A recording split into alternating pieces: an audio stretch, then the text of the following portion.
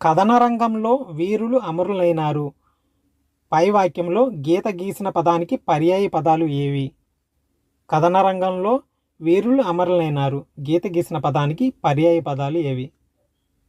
Correct answer is option 1 అండి. యుద్ధభూమి, రణస్థలి. కథన రంగం అంటే ఏంటండి?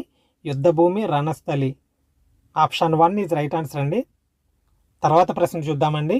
మాతృభావన అనే పాఠం ఈ ఇతివృత్తానికి చెందినది. క్రింది వాటిలో మాతృభావన అనే పాఠం ఈ ఇతివృత్తానికి చెందినది.